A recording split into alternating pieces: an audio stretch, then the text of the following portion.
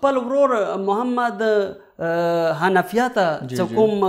وصیت کړی دی هغه کې څه انی لم اخرج عشرا ولا بطرا ولا مفسدا ولا ظالما بل انما خرجت لطلب الاصلاح في امه جدي واريد ان امر بالمعروف وانهى عن المنكر واسير بسيره جدي وابي علي بن ابي طالب. دځي کې یعنی امام حسین علیه السلام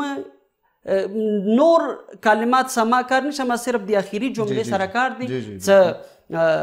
امام حسین علیه السلام یې څه زه غواړم څه اسیره بسیرت جدي و ابي علي ابن ابي طالب، زه غواړم څه زه د خپل ګران نیکه سیرت باندې لاړ شم او د خپل ګران پلار علي ابن ابي طالب سیرت باندې لاړ شم. ویلې څه چونکې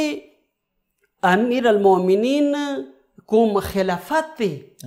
د پیغمبر اسلام د بعد آغاز کوم دی امیر المؤمنین ته میلاو شوی دی، بلا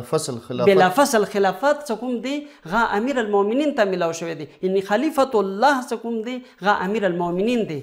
او امام حسین هم خپل ځان وارث انبیا ګڼي، وارث انبیا، وارث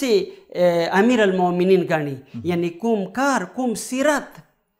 سیرت یعنی حق باندې عمل کول، باطلو په خلاف اقدام کول، څه دا د پیغمبر سیرت دی، دا د امیر المؤمنین سیرت دی. امام حسین علیه السلام یې څه زه غواړم څه زه د خپل نیکه او د خپل پلار په سیرت باندې لاړ شم، څه